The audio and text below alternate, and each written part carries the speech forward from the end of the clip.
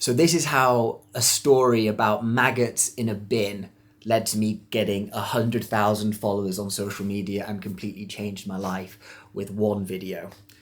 So I was working as the guest relations manager on a private island in Indonesia called Cempedak. My job was pretty simple. I would just make sure the guests were always happy, but they were on a 5-star private island made of bamboo, so they were always happy, which meant I had a lot of spare time. And I think spare time is a very important thing to have if you're a young lad or lady trying to figure out your place in the world. I was 26 years old and I had access to an entire island for about 10 hours a day where I was doing nothing. So all I had was my curiosity. Go up and just ask questions. There were people there like Jazlan, who was the head of diving and sea sports, and I could just go and ask him any questions about the wildlife. He knew everything. He knew about the hornbills, the water monitor lizards, the golden orb weaver spider, that spanner web of like golden silk, which was strong. Like you could pluck the strings like a guitar string of the golden orb weaver. So I would just follow these people around. I would just remain curious and remained interested in the world around me. And I worked my way through the staff members, just being like, what do you know? What can you teach me? And they all were just full of knowledge. One of the more interesting things about having a lodge on a private island is it was only 17 hectares big. And this presents a lot of problems. You have to become extremely self-sufficient with dealing with problems because you can't just get a guy in. You're on an island in the middle of the sea. And eventually, as I was working my way around the staff members, I got to the kitchen. And the kitchen, the main source of annoyance for them about being on a small island was, what do we do with all the food waste that the guests leave behind?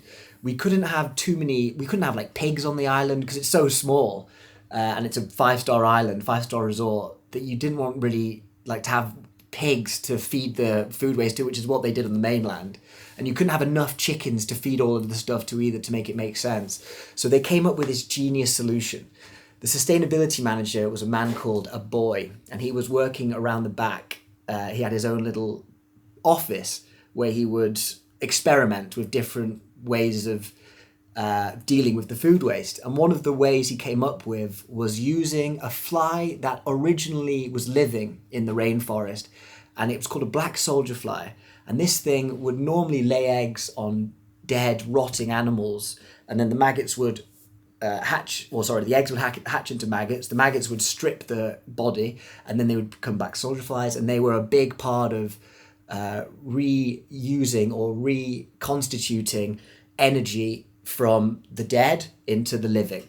That was their entire role in the food chain in the rainforest. And he thought, maybe I can use this. So he would take the food waste from the kitchen to the back of house, and he was constructing these concrete bins with lids that had egg containers on the bottom, and he would throw the food waste into the concrete bins, and the black soldier fly would smell the rotting waste, fly in and lay its eggs on the egg cartons. And the plan is that when the maggot hatches, it drops onto the food waste. The maggots eat all of the food, get nice and plump, and then when they're fat enough, they're ready to pupate, they needed a little place to wriggle out of the wet stuff and drop into a dry place to pupate into a fly. So Abuy constructed these bins with a little ramp and a little hole for the maggots to drop out of when they were ready, and then he would have a little bucket at the base of that pipe, and he was collecting like 3 to 4 kilos of these maggots every week, and then feeding the maggots to the chickens, because it turns out black soldier fly maggots are so full of protein that they basically turn your chickens into feathered egg-laying machine guns.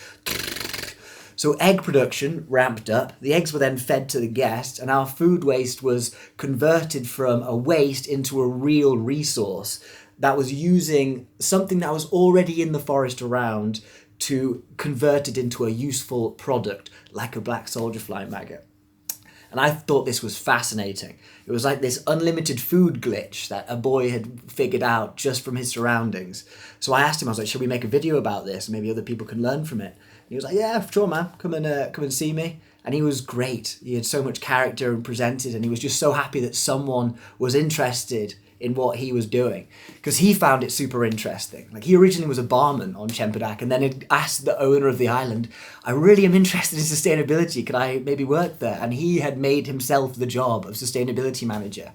So that energy and that passion and that enthusiasm came through because he genuinely wanted to teach people about these things which he loved so much. He was the Maggot Man. So we made a video together where he was basically just talking me through it, showing me all the process. And we posted it. We posted it on TikTok thinking, okay, it's a video about maggots in bins. Why are we not making a video about the coral reef or the hornbills or the beautiful jungle everywhere or the bamboo villas? But it wasn't any of those videos that actually took off on the channel and resonated with people. It was actually the story which I found most interesting was the black soldier flies and Abuy. And that's what resonated. People loved that system. And it got over 4 million views in a week, and it gained 100,000 followers on TikTok. Be interested in stuff, be curious in stuff, ask questions, and let people just share the wisdom and knowledge that they have, because there are so many brilliant people out there who are keen to pass on that information. And I've been messaged by people all over the world saying that they watched that Black Soldier Fly video before they started their own BSF farm in places like Kenya, Costa Rica, Nicaragua, all around the tropics where they exist. And it's really cool to hear that, how ideas can spread across the world. So yeah, be part of that spread and make cool stuff.